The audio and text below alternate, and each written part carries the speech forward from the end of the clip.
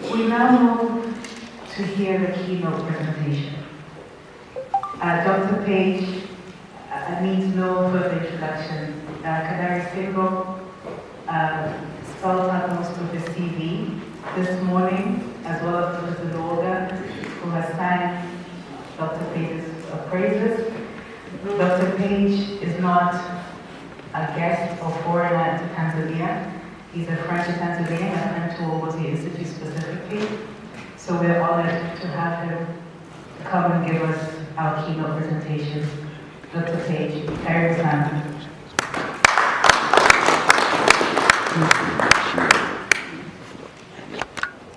Honorable Dr. Mpango, Minister of Finance and Planning, Governor Professor Florence Luoga, Head of the Bank of Tanzania, Treasury Registrar, ladies and gentlemen, I have always wanted to say this, all protocols observed. It is an extraordinarily great honor for me to be invited to come and address you this morning. And I do so in a very deep sense of humility, because when Professor Singo asked me to come and speak to this group, my first reaction was to decline, because I felt that I know very little, certainly very little in comparison to any of those of you in the room about the challenges of day-to-day managing a state-owned enterprise, which I can tell you from a little bit of research and understanding of the issues that I have cannot be an easy task. At the same time, I felt that perhaps I could contribute something, given that I've had some experience and knowledge of East Asia in particular. And of course, as we know, for countries in Africa facing the challenge of industrialization, East Asia stands out as something of a beacon in terms of the degree of success that the East Asian economies have had in pursuing industrialization over the course of the last 50 years. But with a twist, and I'll talk a little bit about the differences that I see with today's industrialization agenda as well. The first of those differences I would suggest is the twin focus on growth, structural transformation, and poverty reduction. The first agenda was about transforming the Tanzanian economy. To some extent, I think in the 1990s and into the 2000s, Tanzania began to concern itself not only with the quantity of growth, but the quality of growth. And today I think the plan quite appropriately balances the quality and quantity of growth, but also the delivery of services to the population, which is an important part of the sharing of growth and the poverty reduction agenda. Some of the areas for attention in the plan: establishing special economic zones and export processing zones, strengthening the performance of those zones that currently exist, building industrial parks. These are quite traditional means for structural transformation, certainly that have a strong foundation in the East Asian experience. Strengthening research and development, as I believe the Honorable Minister mentioned in his remarks today, as part of the agenda for developing a stronger technologically based approach to the industrialization process.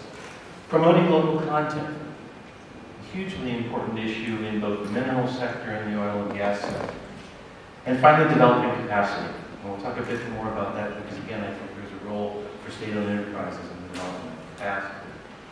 The plan also goes forward to mention a couple of priority sectors: the automotive sector, petroleum, gas, and chemicals, pharmaceuticals. These are all somewhat traditional areas of attention, I would suggest, for an industrialization strategy. But then let's really look at the difference. The plan foresees an important role for the private sector, as the Honorable Minister mentioned in his remarks. The key challenge, I think, in addressing the question of the role of state-owned enterprises today is, what is the role of a state-owned enterprise in a world in which the driving force for structural transformation and growth is now broadly acknowledged to be the private sector? How do these two partners work together, hand in hand, to develop an industrialization strategy, rather than relying on one or the other? And certainly the history of economic thought in the field of development has moved through a long and fraught policy debate. As the governor himself mentioned, with respect to the relative roles of the state and the private sector in the process of development. I think, to put it quite bluntly, the private sector has won the battle, but the state-owned sector has to be part of the war. The government is expected to provide, in that context, a conducive policy and regulatory environment, and certainly state-owned enterprises have a role to play in that. It's to deal with the issue of land, which continues to be a very difficult issue in Tanzania, and perhaps most significantly for many state-owned enterprises, to provide a robust infrastructure for industrial development. There is also a focus on resource-based industrialization, the beneficiation of mining, the onward processing of petroleum and other assets, the use of natural gas for energy generation, and value addition across the board in terms of the role of natural resources. This is once again an issue that many African countries are confronting. Here in East Africa alone, Uganda, Kenya, Mozambique, Tanzania all face quite similar challenges with respect to the role of natural resource-based industrialization. And finally, using space, economic geography, thinking about the role of development corridors, of which at least 3 are at least at the moment emerging as important development corridors, as part of the industrialization strategy itself. This is not a trivial challenge. The vision of making Tanzania a middle-income country by the mid-2020s reveals a manufacturing deficit of an order of magnitude which cannot but help keep the Minister of Trade and Industry, the Minister of Finance, and other members of the government up at night. Manufacturing today in Tanzania is about 10% of gross domestic product. It only takes up about 3% of the labor force. Structural change is happening in Tanzania, and at quite a rapid pace. But it is a type of structural change, again, not atypical of many African countries, in which people are moving off the farm into cities and into service-related activities, not into what we consider traditionally to be industry. And so the magnitudes involved in moving from Tanzania's level of industrial development today to the level of industrial development that would be typical of a middle-income country is really quite a daunting task, and one, again, that poses a major challenge for the state-owned enterprise sector. The size of the manufacturing deficit? Well, to reach upper middle-income status, Tanzania will have to multiply the percentage of the labor engaged in manufacturing by about 10 times over the next 25 years. That is certainly not a trivial challenge. Set against that, because I don't want to simply preach doom and gloom in the magnitude of the challenge, it is important to note that Tanzania has had some substantial and major successes as an industrializing economy, particularly in the East Africa region. It's had the most rapid growth of manufactured exports among its East African counterparts and neighbors. The volume of manufactured exports in the decade from 2000 to 2010 increased by more than tenfold. The number of new Tanzanian exports grew by about 8% per year over the same period, and manufactured exports per capita increased from $3 a person to $43 a person over the same period. That is substantially above the African average of about $40 a person. So it is no mean achievement what has taken place, but it remains quite a substantial task. There's another bit of good news here too, I think, and that is that structural change is no longer confined to the traditional model that we certainly, most of us at least, have imprinted on our minds from the economic history of North America, Western Europe, and East Asia. A process in which people moved out of agriculture into manufacturing And then as incomes rise toward the level of upper middle income and upper income, move into services. Today, the patterns of structural change in contemporary low-income countries are changing quite dramatically. And I'll mention a few reasons why that is the case in a moment. And I think these patterns will change very substantially and be very substantially different than the historical experience of the currently industrialized economies and the industrializing economies in East Asia. These kinds of global changes and resource imbalance in Africa suggest that this new pattern of structural change will be especially important in Africa and in East Africa. So the challenge from the point of view of a government today, I think, is not necessarily to focus exclusively on manufacturing, but to take a broader view of structural change in which one looks to sectors that are potentially capable of contributing to high growth in the economy, that are potentially capable of absorbing large numbers of not highly skilled, but moderately skilled workers coming out of agriculture. And thinking seriously about structural change in a broader context than we have traditionally done. Well, what sorts of activities are these? Technology, falling transport costs, changes in global communications have changed the way in which we think about industry and have contributed to a group of activities that those of us who've been working in this field somewhat conventionally call industries without smokestacks.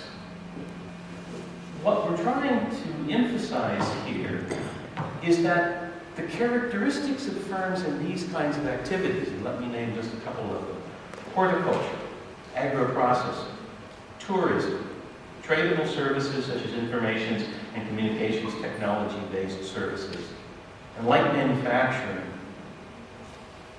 all are very, very similar to the characteristics we have traditionally associated with manufacturing itself. So there is a range of activities, many of which East African economies, in Tanzania especially, think tourism, think horticulture, have comparative advantage that allow for a structural transformation that is very similar to the manufacturing-based transformation process, but much broader in terms of its context.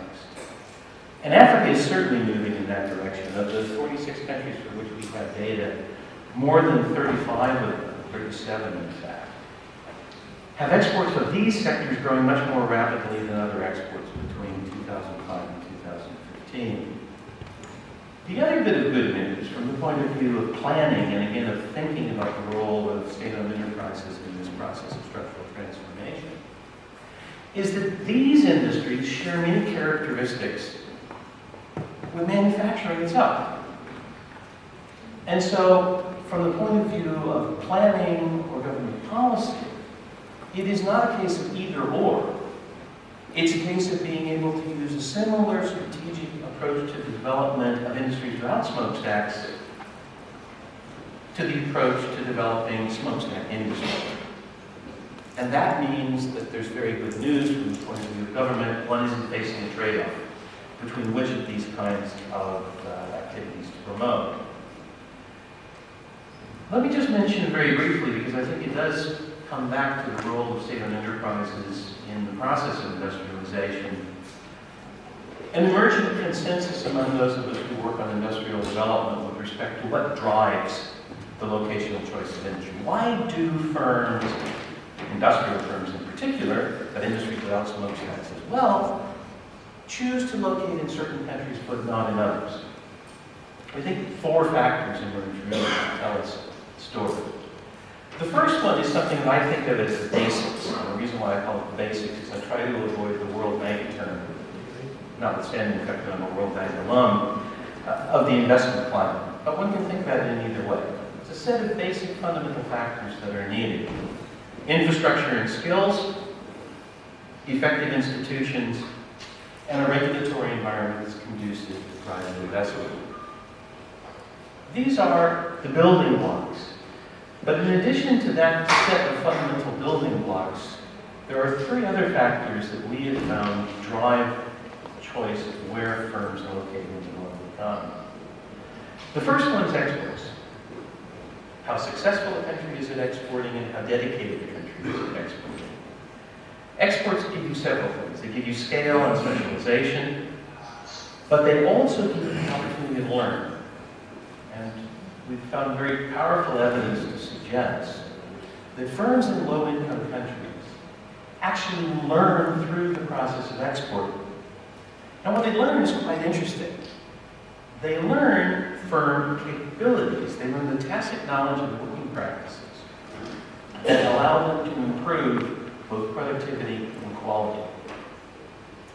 So the very process of getting into the global economy and competing, and I would argue the very process of getting into the regional economy and competing, actually forces you to learn to do things better.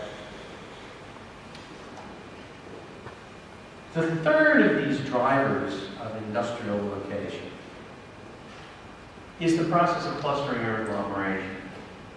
Economic geographers and certainly business people have known for a very long time that firms tend to congregate in cities or in clusters.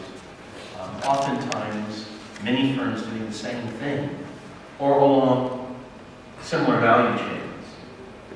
It took economists a long time to actually get that message, but we have now begun to realize that agglomeration is a very powerful force because it raises the productivity of every firm within an industrial concentration. It also raises a very important problem from the point of view of economic policy. This is called the collective action problem. What a collective action problem is that because agglomerations depend on having a critical mass of firms, there isn't much of an incentive for any individual firm to move to an economy in which there is little industrial development. But, if as in the case of Vietnam, you can get a collection of firms all to move at the same time, they then benefit from the agglomeration economies that come from industrial clustering. So the problem from the point of view of industrial development is to find the means by which you encourage critical mass of firms to move to what is otherwise a relatively sparse industrial landscape. The other thing about these four factors is that all four are actually interdependent. Firms learn firm capabilities by exporting. We know from research with Paul Krugman and other economists that more capable firms like to actually group together. So that drives agglomerations. And the availability of infrastructure, of skilled labor, of better institutions, and a regulatory environment that facilitates private investment has to underpin all of these. So from the point of view of industrial policy, the challenge is not simply to get one or two of these right. You have to get all of them more or less right at the same time. And that is a very difficult challenge. And part of the reason we believe why the East Asian experience in terms of industrialization has been more successful than the Latin American or African experience in terms of industrialization. The recognition that doing well in all of these areas at the same time is critically important. What does all this have to do with state-owned enterprises? I'm sure by now some people are probably saying, yeah, well, what does all this have to do with state-owned enterprises? Well, the first thing is that, as Governor Lewis said, state-owned enterprises have become big business again. Quite interesting for a veteran of the World Bank like me. We were talking with the governor a little bit this morning about the fact that SOEs are back on the agenda, for example, at the bank and fund annual meetings. Why? Because SOEs remain critically important in the global economy. The right-hand panel shows you share of participation by revenues, assets, profits, and quantity of firms, of SOEs in the Fortune 500 numbers of the largest corporations in the world. They remain fundamentally important drivers of economic development, in particular in East Asia, where China, Vietnam, and other formerly socialist economies continue to dominate. Why do some states retain SOEs and others adopt a somewhat less fond embrace? I think there are a number of reasons. Certainly, the historical model of a country's development, whether it has been predicated on either African or Asian, Eastern European socialism. Certainly, the strategic relevance of the sector of government policy, and particular features of an industry. We were noting today that much of what drives this pattern of behavior is, in fact, the relative importance of state-owned oil, gas, and mining companies in the global economy today. But there are a number of other features of industry that are important as well in determining whether or not the state sector becomes or remains an important player in economic development. The first one is natural monopoly. There are quite simply some types of activities where technology tells you that there can only be one supplier. Many of these are network-based activities. So it's not terribly surprising that we find that railways, water supplies, electricity supplies, all of which have network characteristics, are oftentimes state-owned enterprises. The decision, to some extent, I think, reflects a view that it is easier for the state to administer a state-owned enterprise and deliver services to consumers at a fair price than it is to regulate the industry. And I think that is a genuine argument for state ownership in these kinds of activities, because we know that asymmetric information, the fact that a regulated industry, if you don't believe this, just look at my own country, the United States, always knows more about its business than the regulator, makes it quite difficult to deliver quality services at a fair price in natural monopolies. There are some cases in which private sector investors simply may refuse to invest in industries that have high risks, long gestations. The classic examples of these, and these are industrial policy examples, are Embraer, the famous Brazilian airline manufacturing firm, or POSCO, the steel company in Korea. One can pick off numerous examples of cases in which the state has decided to move towards strategic investments in certain activities because of the knowledge intensity of the activity and the fact that the capital market and the private sector simply wouldn't serve that activity. Externalities. There are some things that benefit other industries that are important. It is interesting to me, of course, as a long-time observer of American politics, that the most recent discoverer of this principle appears to be the President of the United States, Donald Trump, who has become fundamentally concerned about the steel and aluminum industries on the basis of, quote, national security. When you boil down his arguments about national security, they have to do with the fact that these are critical inputs into other industries. And finally, questions of equity. That in some industries, private firms may simply refuse to serve marginalized populations or to provide basic goods in areas where they see less profitability in serving consumers. Again, water, postal services, public transport, basic education, these are the kinds of activities where, again, the state-owned sector, from an equity argument, may choose to intervene. What about addressing the drivers of industrial productivity and location? There, I thought that the Honorable Minister made a set of highly insightful remarks in terms of current strategy of the government. In terms of boosting productivity, efficient provision of power, transport, and trade logistics is fundamental in today's world, whether we're talking about horticulture or t-shirts. Inefficient trade logistics preclude you from being able to be globally competitive. Addressing skills gaps is another area in which the state-owned enterprise sector can be useful, and it's proved to be useful in some economies. Building firm capabilities. As we'll see when we talk about East Asia, policies of twinning foreign investors with state-owned enterprises are characteristic of a number of economies in East Asia and have been used specifically to acquire capabilities from the foreign investor.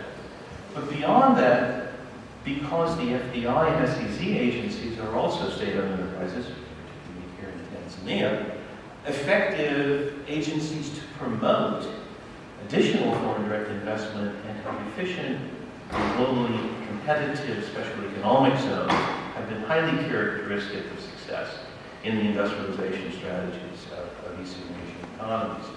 Support for export promotion in terms of the performance of the ports and transport, and managerial training. One can think of the state sector as, if you like, part of the college of training a more efficient cadre of managers for the economy. Creating clusters by making SEZs world-class and by strengthening the domestic value chains that contribute to the learning process in the economy.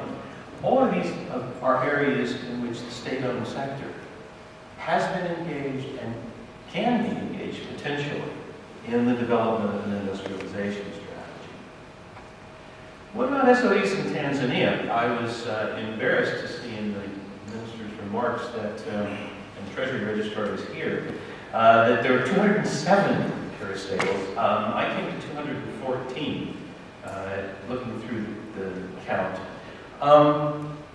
They represent about 10% of GDP in the economy, as nearly as I can figure. And the vast majority of these, and I think here at least I'm in alignment with the Treasury Registrar's report, is that they're service providers. So many of them, of course, are service providers who receive transfers from the Treasury. But there are also a subset of commercially oriented firms in the economy. And there is, as we heard, a very broad distribution of ownership from 100% ownership by the state to a minority share holding in the number of enterprises. About 60%, as far as I can see, of government investment is in 10 corporations. 4 of these are pension funds. And I'll return to the topic of pension funds in terms of the industrialization strategy toward the end of my remarks. 4 are major service providers, and these are important. But it's also important to note that several significant corporations are not in the top 10 of the firms in the Treasury Registrar's list. So there's quite a wide variation in terms of the participation of SOEs in the economy, but do keep in mind that the pension funds in particular and service providers are really part of this industrialization strategy and have to be seen as an integral part of the industrialization strategy. Interestingly enough, because there's a tendency to associate the East Asian development experience with the role of the private sector, SOEs play a much larger role in Asia than they do in Tanzania. As you can see, they make up about 35% of the share of GDP in Vietnam. They make up about 30% of the share of GDP in China. They're about 25% in Thailand. India and Indonesia kind of round out the list. Interestingly enough, they weren't part of the original East Asian model, at least not as far as those of us who were on the World Bank team that wrote the East Asian Miracle in the early 1990s. Public investment, yes. And the state played an important role, and there's no denying the role of the state in the process of development. But public sector companies themselves, at least in the first generation, by the first generation, let me say more specifically, Japan, Korea, Singapore, Hong Kong, Taiwan, those countries did not have large state enterprise sectors. Rather, what they did was to try to set up a policy environment in which the private sector was crowded into a set of investments but with a sense of direction in terms of where the economy wanted to go. And it turns out, at least happily for those of us who did that work all those many years ago, that implicit in many of those drivers of industrial development that I was telling you about, the basics, capabilities, exports, and agglomerations, were part of the overall strategic framework within which these operated. But as the East Asian miracle, in a sense, diffused to countries like China, Vietnam, and others, many countries achieved economic success with very large state enterprise sectors. And what I want to do is talk a little bit about three cases today. The cases of China, Vietnam, and Singapore, because I think they do provide some lessons for the role of the state enterprise sector in the process of industrialization. China is perhaps the most interesting case because the state enterprise sector is very large. It has some of the world's largest corporations that are state enterprises. It has moved from state to market, but has done so at a very deliberate pace. I think one president of China described it as finding one's way across the stream by feeling the rocks underneath. But certainly in the first parts of the reform era, state ownership predominated, and it has remained a significant part of the economy. The state enterprise sector has remained a significant part of the economy in the second half of the movement toward market reforms. Now, SOEs in China are certainly large. They're capital intensive. They still have a strong command on the flow of resources. And it is interesting and important to note that the state still, through its financial state-owned organizations, controls the allocation of financial resources.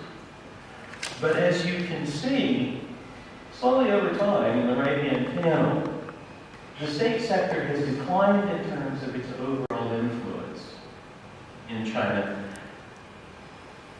I put more emphasis on the word evolve than decline, because one of the key insights of the Chinese experience, I think, is that as times change, the role of the state enterprise sector has to change as well. And this is certainly something the Chinese have shown themselves to be able to do. As you can see, the state enterprises in the industrial sector decline steadily. They're no longer the producing firms so much as they are the facilitating firms in the Chinese economy. As the state has moved toward the market, it's also decentralizing. And this is an important point. Local governments at different levels in China have become powerful players in economic decision-making. They also have decentralized the ownership of some state-owned enterprises. State firms have certainly become increasingly profit-oriented, found themselves under increasing pressure, and this is partly due to the fact that non-state-owned firms have expanded very substantially in China, but also due to the fact that state-owned firms face increasing competition from the private sector, and both internally and externally, the Chinese economy is substantially liberalized. So one's moved from state to market, not just in the allocation of resources, but also in the relative roles of the public and private sectors. But the SOE sector is still quite large, it's quite important, and its role is, as I said, evolving. Early on, they tried to concentrate investment in key enterprises from the point of view of developing technology.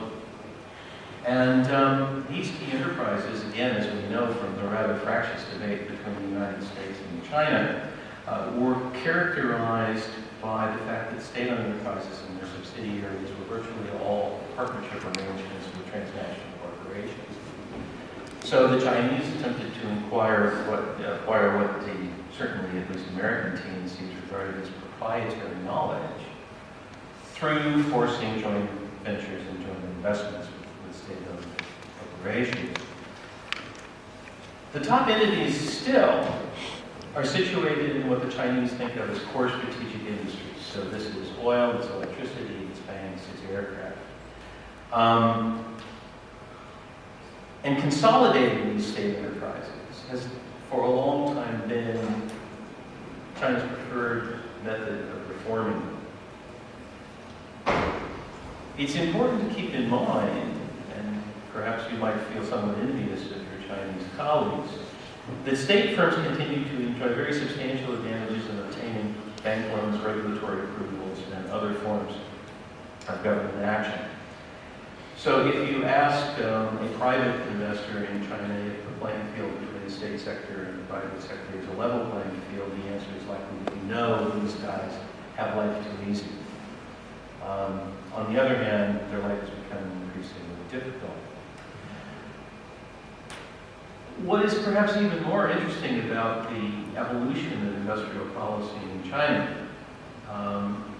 is that because industrial policy depends so heavily, specifics of how you do industrial policy depends so heavily on the kind of country you have, the size of the country, its history, the circumstances, institutional capabilities, China has focused most of its industrial policy efforts at the city and provincial level. And it's also involved a very interesting process. It's one that I find very interesting. If one is familiar with the debate about industrial policy that goes back now almost 40 to 50 years, it almost always finally devolves into a sort of shouting match between the people who say, government can't pick winners. And then someone who says, but wait a minute, what happened in the case of Brazilian aircraft, or Korean steel, or Korean shipbuilding? What the Chinese did was they put a twist on this, and instead of picking winners, they backed winners. So the local authorities would not intervene early in the process of industrial development in a local area, an industrial agglomeration. They'd wait and see who was doing well. And then once they saw who was doing well, they would enter into a dialogue with the private sector and say, okay, now, what do you need to do better? You're doing quite well, what do you need to do better? And here, once again, the provision of some of those fundamental factors in terms of the basics, in terms of skills, and so forth, the state enterprise sector, at least at the local and provincial level, was an important player in backing the winners that they identified. What that depends upon is a very, very deep and fluid dialogue between government, in this case at the provincial or local level, and the private sector. Because as you can well imagine, two things are going on here at the same time. The government is trying to get the private sector to tell what really matters, what's keeping you from doing better. The private sector is probably thinking, I can get some favors and special treatment out of these guys if I can just bring them over to my side. So managing this balance between capture, if you will, in the private sector and providing effective support is something which is quite a difficult task, but one that the Chinese seem to have managed by this process of backing winners. In terms of what's been going on with SOE reform, basically they've passed through about 3 phases in terms of SOE reforms in China. The first one was to promote entry and competition, and this comes to the market liberalization of the 1980s, basically. The number of industrial enterprises in China grew by about 30-fold, from roughly 3.5 million enterprises to more than 10 million enterprises over that period. Trade expanded enormously, and competition was the driver of SOE reforms. And what you can see here is, as one moves from left to right in this graphic, the overall returns on assets of state-owned enterprises begins to drop down well below that for all firms, and certainly those that are non-state-owned firms. So there was a lot of pressure on the state sector at this time because of the process of economic liberalization. There was then a process of what they called retain the large and release the small. So they started the process of layoffs and decline in the number of SOE workers. Most smaller SOEs were privatized, but the state remained in control and ownership of the larger SOEs. And that continues to drive SOE policy in China to this day. Finally, beginning in about the turn of the century, the state began to try to restructure the larger enterprises. And this is through a process that they favor, at least consolidation. They want to get fewer enterprises to manage so that they could actually manage them more effectively. What you see here is that then there's an increasing concentration of enterprises in the SOE sector in a relatively small number of business activities. And these are considered by the state to be the critical ones to the industrialization strategy. The first one is in energy, and that certainly makes sense from the point of view of delivering the basics. The second is the financial sector, and we'll return to the role of the financial sector here. The third is distributed, and essentially the third in terms of assets in each of these areas, is in three activities considered to be, if you like, strategic. Motor vehicles, and of course telecommunications and engineering and construction. It is, again, probably no surprise. I wouldn't be terribly surprised to know that this conference center was built by a state-owned enterprise that was a Chinese engineering and construction firm, although I could be wrong. But the engineering and construction sector is considered to be critically important, both from the point of view of delivery of infrastructure and from the point of view of foreign economic policy in China. Today, the government of President Xi Jinping has decided it wants to embark on the fourth phase of SOE reform. And it's the topic these days of China watchers, people make their living doing these kinds of things. The stated goal is to increase the overseas competitiveness of the largest firms in China, the largest state-owned firms. But to do this, they proposed something which I think is quite relevant, again, to thinking about the role of SOEs in Tanzania. And that is they want to divide their universe of state-owned firms into two categories of firms. Those that are dedicated to what they call public welfare, which is really the delivery of services to the population. Remember the idea that one is addressing both the failure of private investors to deal with people, particularly at the bottom of the economic pyramid, and the failure of capital markets to provide and for those seeking profit or those engaged in more commercial activities. And what they want to do now is, at least their stated intention, is to carry out reforms for these two groups differently. So they're going to set distinct objectives for each of the two. They're going to measure performance by different yardsticks for each of these two. And they're going to try to run a two-track approach to enterprise reforms.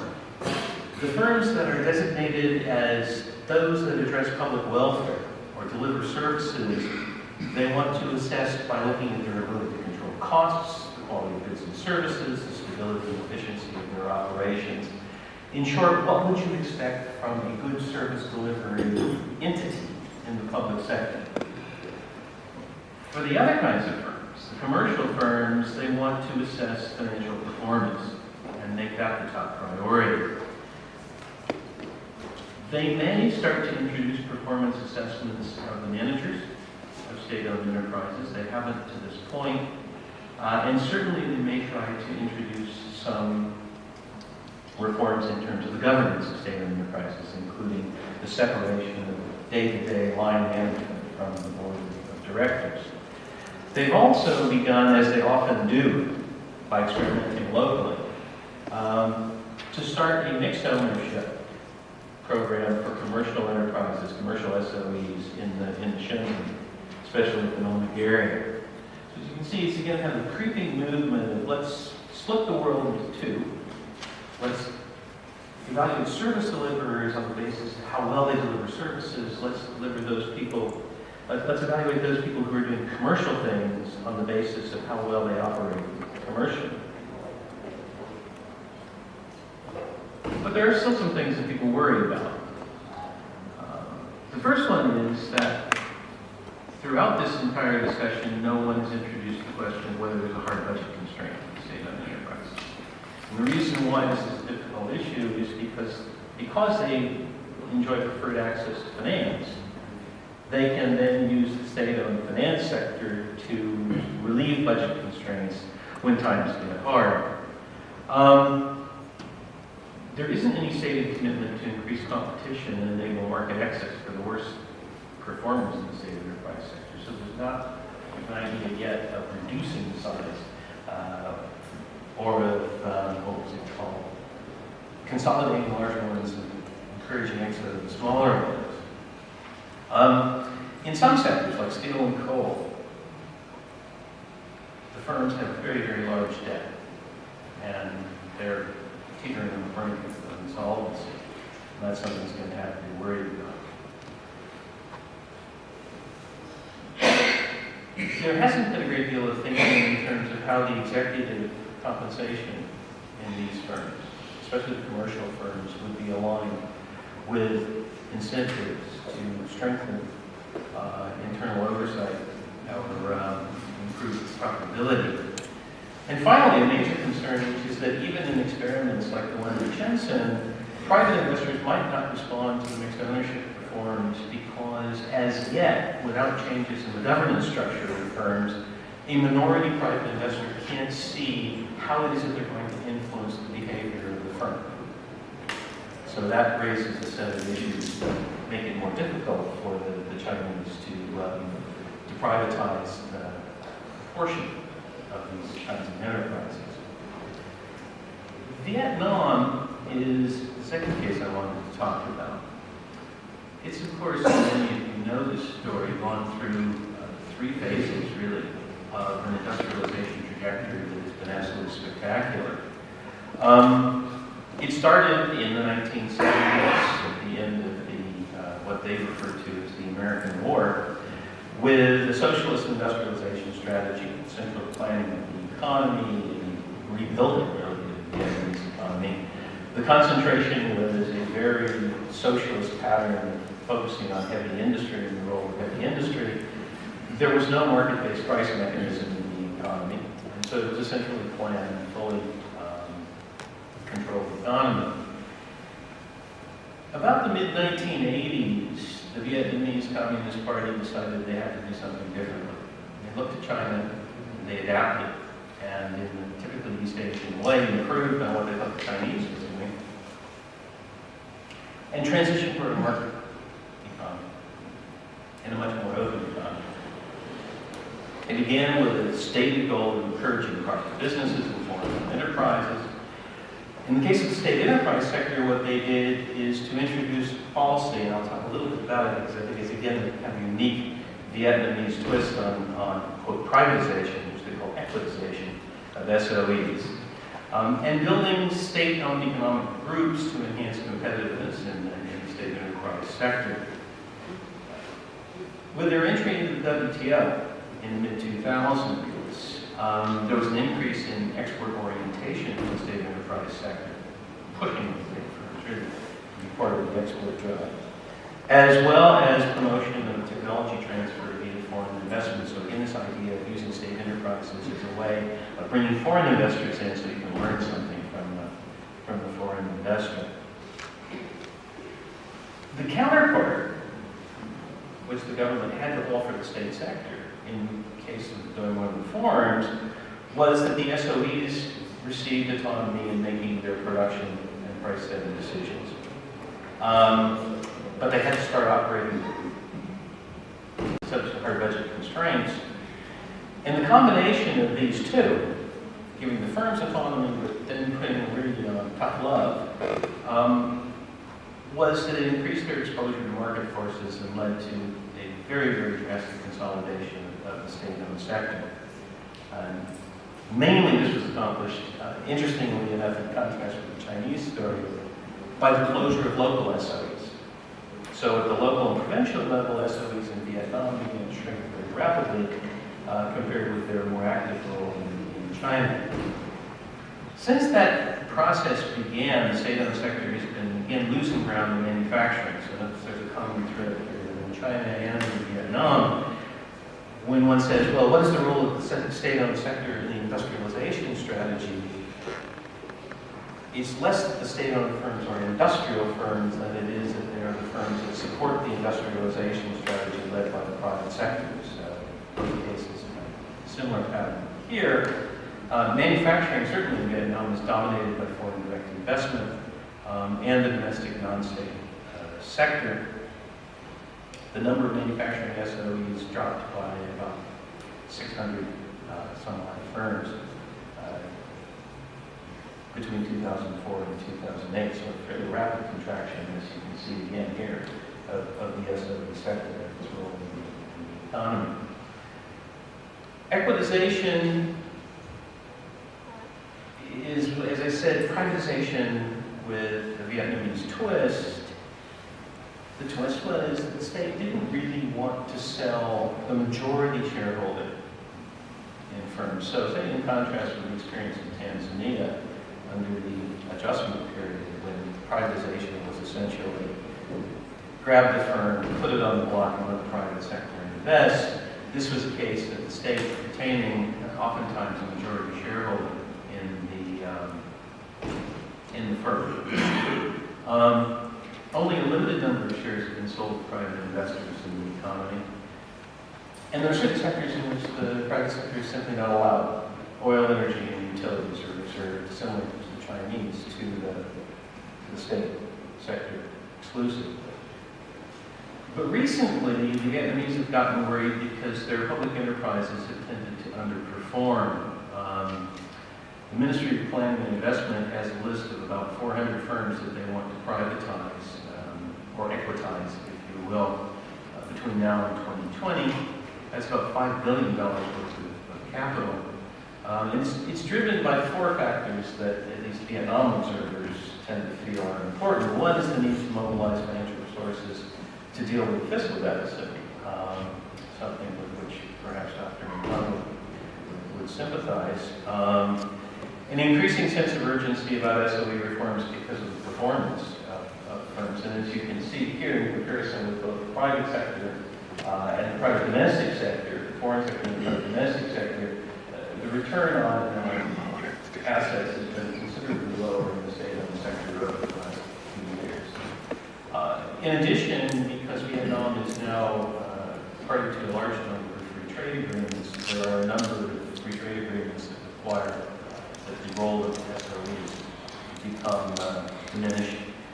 And improving conditions on stock exchange means it's possible to equitize these firms in a more dramatic fashion.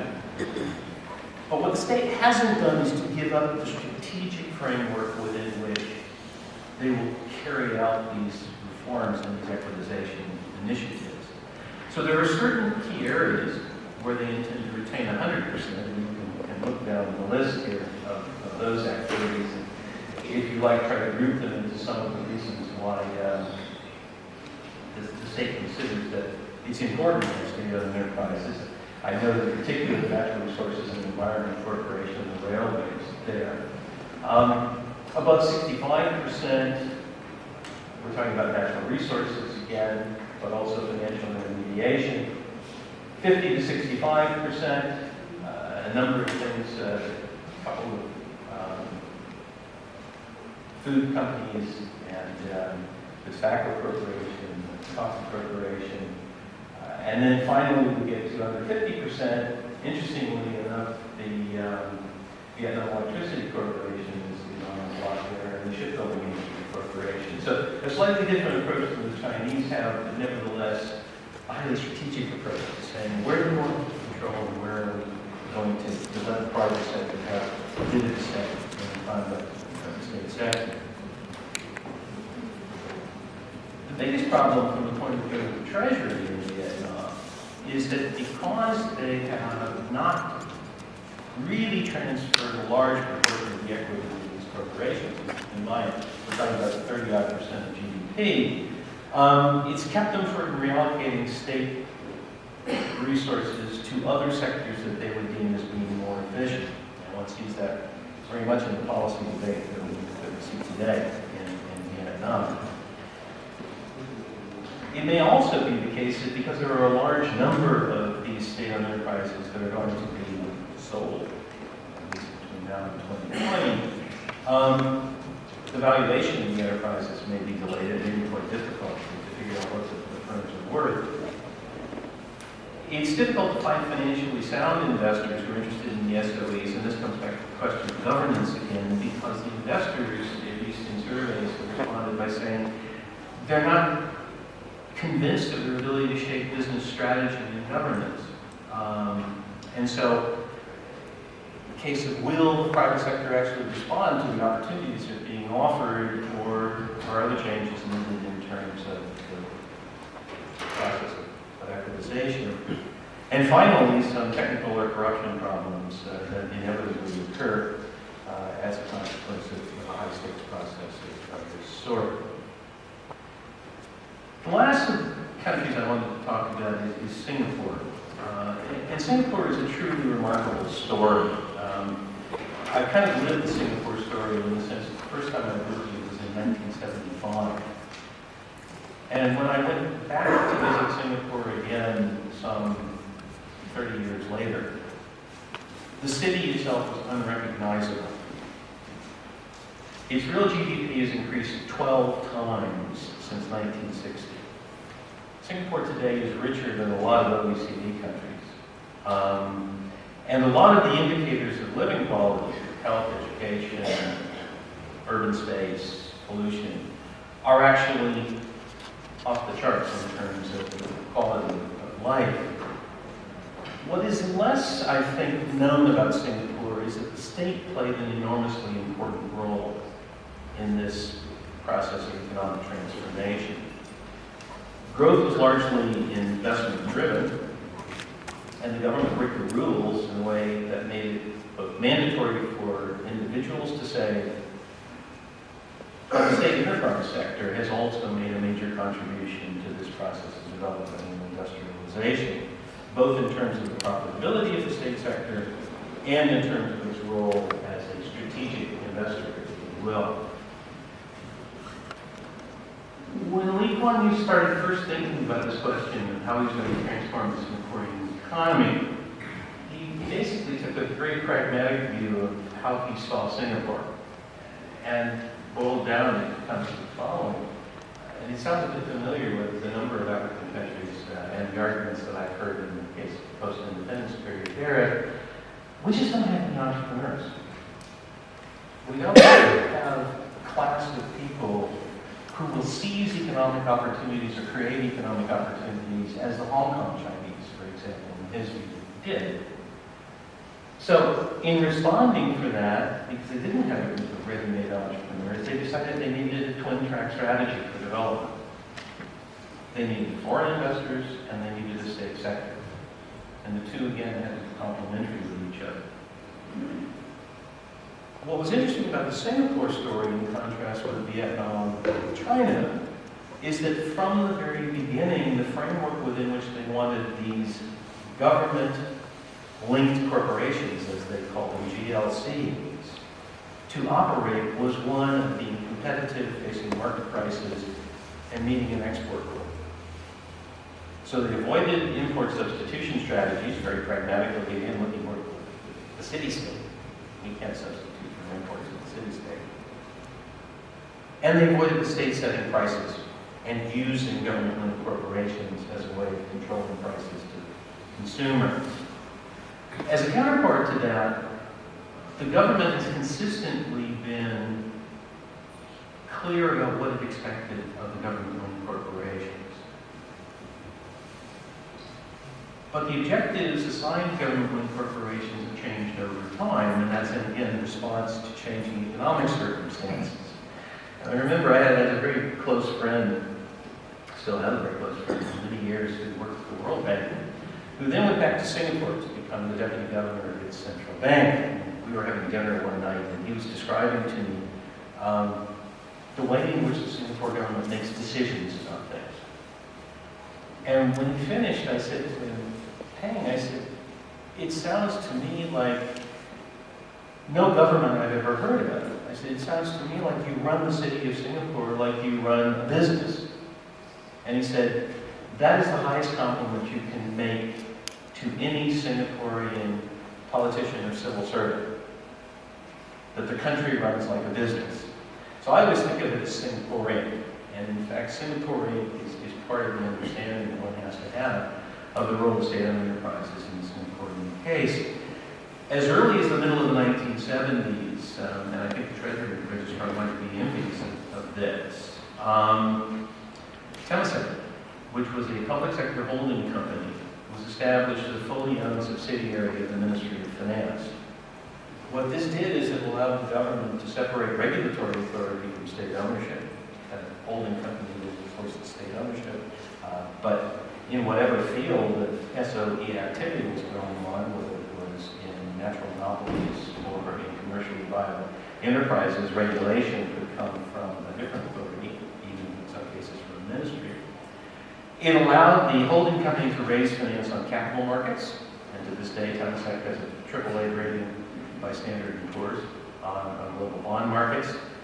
And of course, it has resulted in a set of companies that are market leaders in places like aviation, Singapore Airlines, banking, telecommunications, and real estate. So creating a holding company was a fundamental innovation, institutional innovation in this Singaporean case.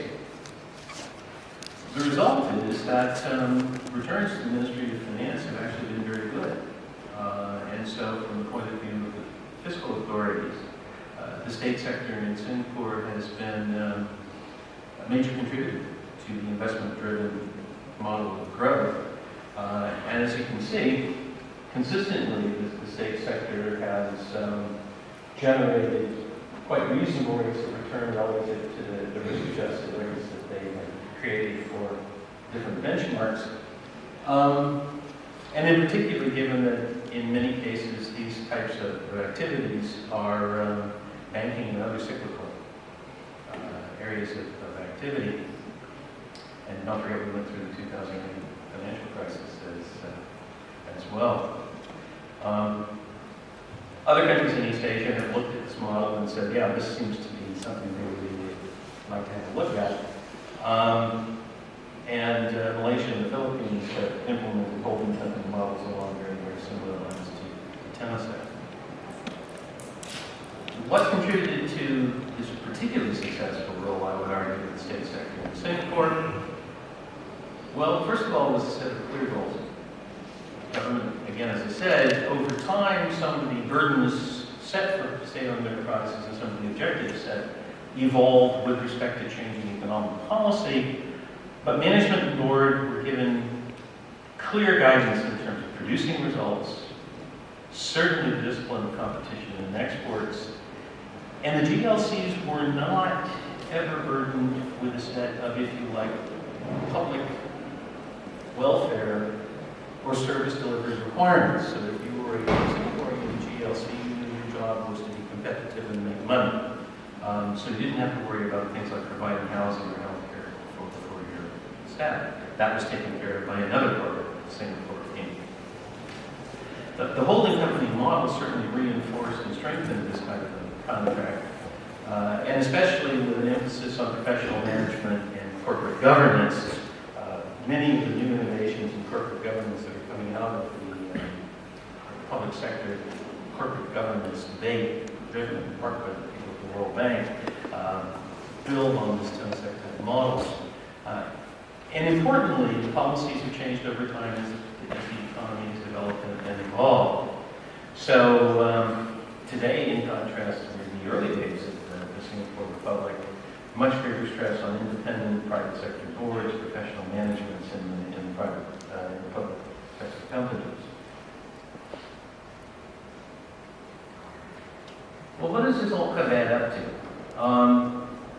I think the first lesson is, and I was very pleased to hear the remarks of both the Minister of Finance and the Governor today in this area. The need to align whatever transformation program you have for state-owned enterprises with the national economic development agenda. It's important to keep in mind here that one of the critical elements of this success story, whether it's China, Vietnam, or Singapore, has been collaboration and co-investment with the private sector. So again, thinking of the state sector and the private sector as co-equal partners in the process of industrialization, not assigning a dominant role to one or the other. And I say that again with the clear thought in mind that the dominant Anglo-American view of state-owned enterprises is to tilt toward the private sector. So I think it's important that when one thinks about the role of the state-owned sector in the industrialization strategy, that balance is critically preserved. It seems to have been something that was common thread across all of the East Asian economies, neither tilting toward the private sector nor tilting toward the state sector, but trying to keep a balance between the two. The second one was that in virtually all of these cases, it's more obscure in the case of China than in the case of Vietnam or in Singapore, creating an accountable group, identifiable group within government, whether it's the holding company model or whether it's another model, whether it's a ministry for public enterprises, which some economists have pursued, where the focus is design and implement policies to help companies become high-performing companies was important. Introducing clear performance indicators. Very important from the point of view, not just of the state, but also of managers. You know, what am I expected to do? What am I accountable for? Where are my performance criteria coming from? And creating performance-based culture within the SOEs. And finally, investing in people, investing in a generation of senior managers and board members over time to transform the state enterprise sector. All of these are common threads, I think, that run through each of these cases. I put this up because I think in some sense this, I always smile to myself when I get to a framework, a strategic framework. This is the failing, if you talk to an East Asian policymaker, this is the failing of Western economists. We always want to have some kind of framework like this. Logical framework that allows us to sort of make sense out of things. Oftentimes, when you talk to people who actually make policy in Asia, they sort of smile and say, we just sort of knew what we needed to do. So take this with a grain of salt in the sense that I don't think in any of these cases, China, Vietnam, Singapore, people went through this kind of a model and put things in neat little boxes. But at the same time, if one looks retrospectively at it, you can see a framework here which was obviously being used in many, many cases. There are basically two dimensions to this. The story in the first dimension is, well, what is the state sector worth in terms of its contribution to society? And this comes back to some of the arguments we had in terms of equity, externalities, capital market functions, and so forth. And then what's going on with respect to commercial profitability and competitiveness. And if you sort of place these different experiments into different kinds of country experiences, what you, or actually the other way around, put country experiences into each of these boxes, what you find is that it sort of makes a lot of sense what people were doing. If you have very high social returns, but for some reason you decide as a government this is just essential for society, but you're not really doing very well in commercial terms, then that's got to be classified as strategic investment. And the key question for policymakers, I think, is how many strategic investments can we afford?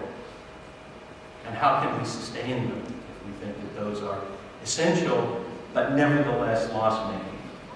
On the other hand, if you have a Singapore Airlines, which is the upper right-hand box, it creates social value and is commercially profitable, then you have a role model industry. And that's a useful thing to have in the state sector as well. If you have loss-making firms that are not really doing very much in terms of contributing to society, then you're in a sort of Chinese-Vietnamese situation. How do I re-engineer, maybe even encourage some of these folks to leave? And of course, if you are in the domain of having reasonably profitable, but not necessarily high priority activities, then the question is, where do I go from here? Do I want to continue to sustain these activities? Do I start to increase their value?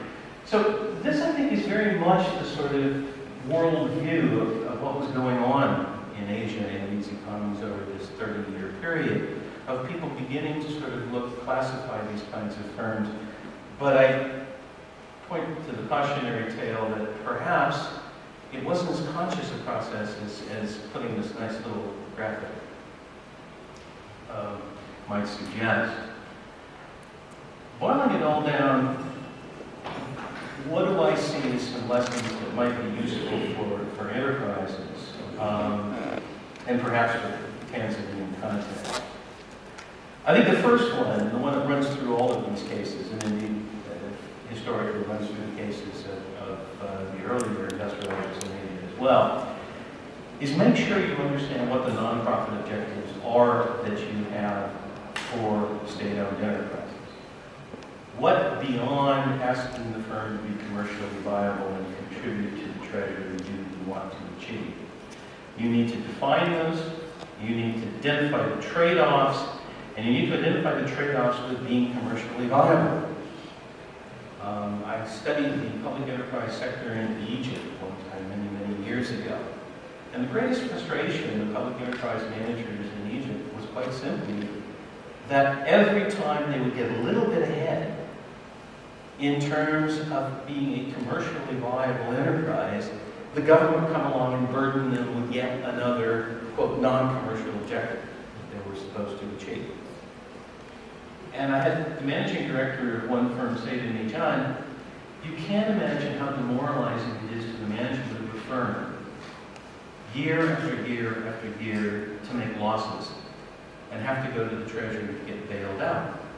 He said, if they would just let us do our business as business, then we would be able to do so. This is not to say that non-commercial objectives of state-owned enterprises should be trivialized, but they should be clear. The boundaries should be set, and then the enterprise should be allowed to get on with business. And then, that's my second point, once the trade-off with the nonprofit objectives is put in place, ask the firm to become efficient. Ask the firm to focus on making a profit. Now, where building capabilities is important, one might want to think long-term. Certainly the short-termism of the U.S. equities market is something that's been described by many enterprises because it results in a diminishing of the managerial capacity of firms oftentimes. So thinking longer term may be important, but that should also be part of the process of defining what it is that you want from the enterprise. Exports. This is probably one that I think has not come on the agenda in Tanzania. But exports push firms in new directions.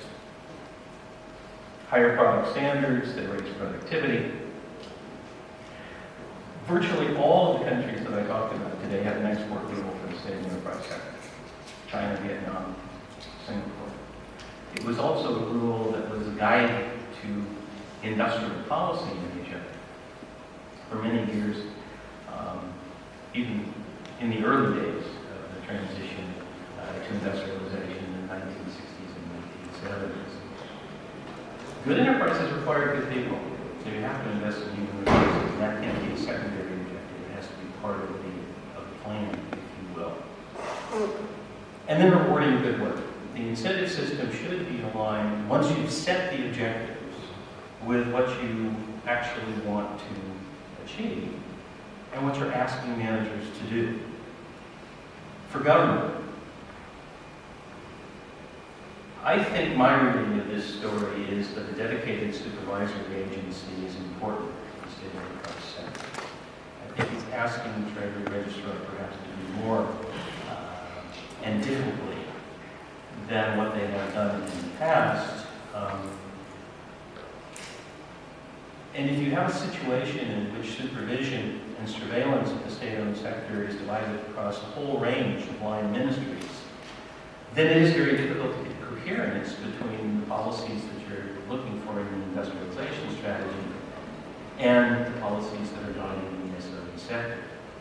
It may be important to reduce the number of state-owned enterprises because it lowers the demands on government for effective monitoring and goal setting.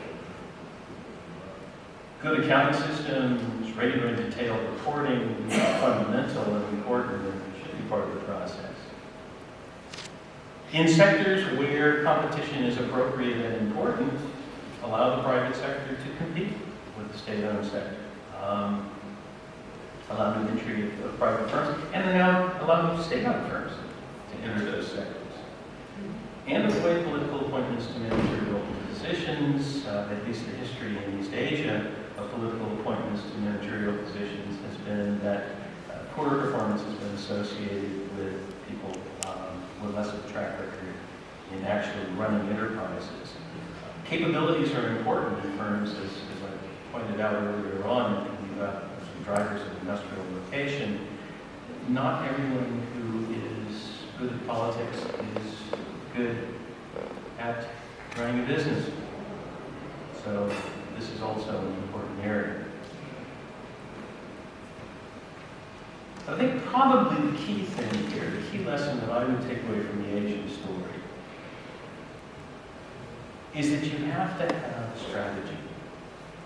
And that the strategy from the industrialization perspective, I would urge the government to think about, is a bit more comprehensive than the one even that's embodied into the second development, 5-year development plan.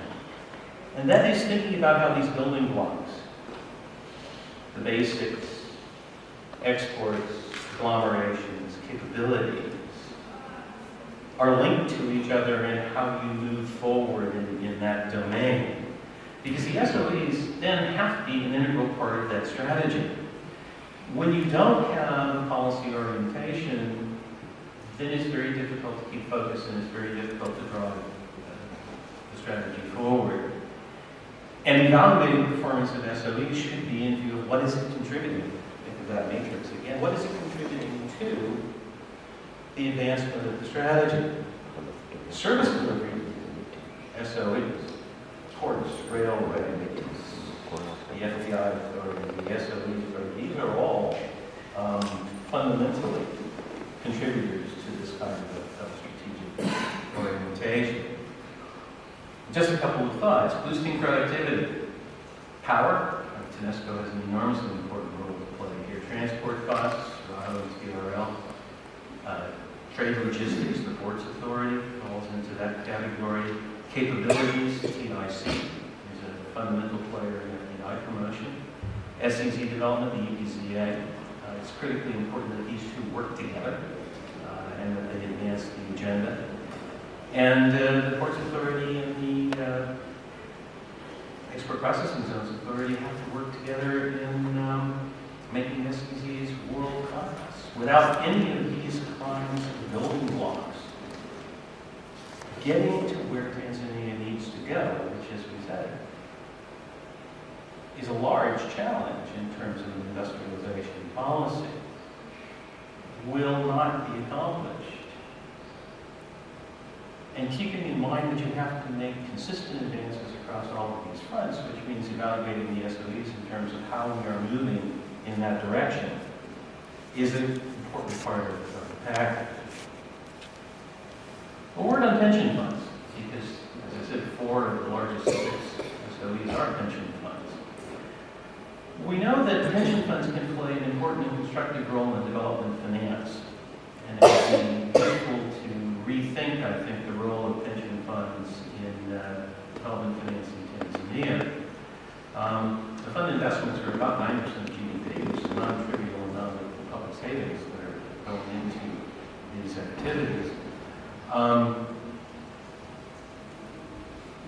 Tendency these days is to hold very short-term publicly guaranteed debt, whether it's T-bills or bonds. Redirecting these from the short-term assets to investments in longer-term impact, I think, is important. I understand that it's underway, that it probably could be accelerated. There's a nice coincidence of interest here because those who invest in pension funds have a longer-term planning horizon as well. So there's not a mismatch between maturity expectations on the part of the saver and on the part of the investor. And funds could invest in a range of activities, including education, health, housing, transport, and communication. It is, again, important to think about where are the priorities here. Where is the security that is an obligation if you're a pension fund?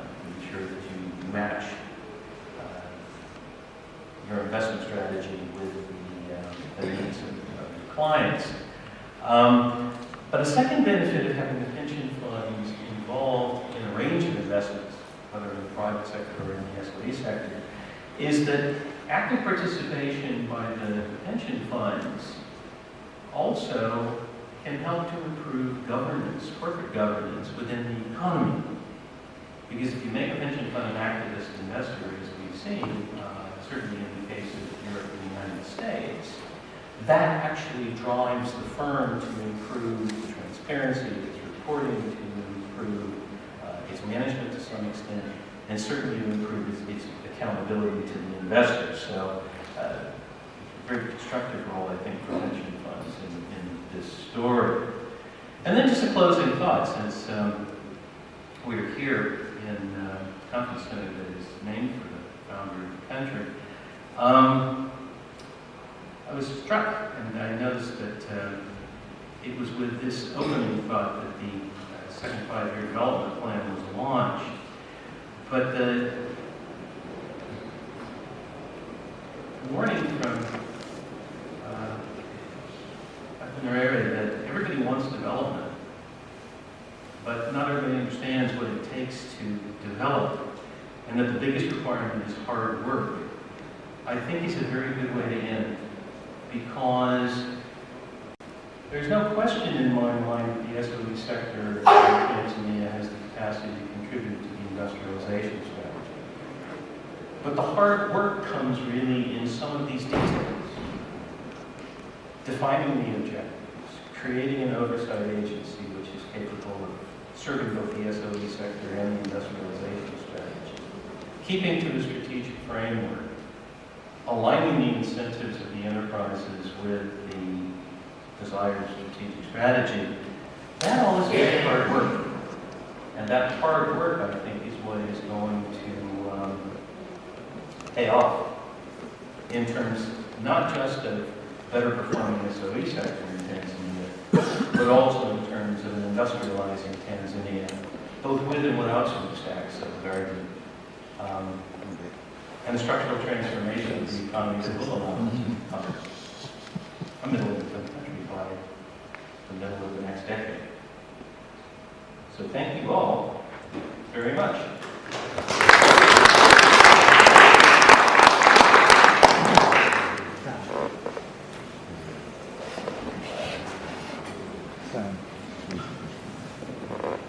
Thank you very much, Dr. Page, for that very informative presentation that will undoubtedly inform the session after the tea break. We are running a little bit behind schedule, so in the interest of time, and also to allow our honorable guest of honor to proceed with other commitments. We will move to have a tea break right now, which will be 15 to 20 minutes. Tea is served right outside the doors, and my colleagues from UONGOZI Institute, Mariam and Emmanuel at the door will lead you. We'll also have a group photo. Once again, my colleagues from UONGOZI will lead you, but I believe the picture is also taking place right outside this room. There will be two groups. One, the high table with the chairpersons of the SOEs, and the other group will be the high table with the chief executive officers of the SOEs.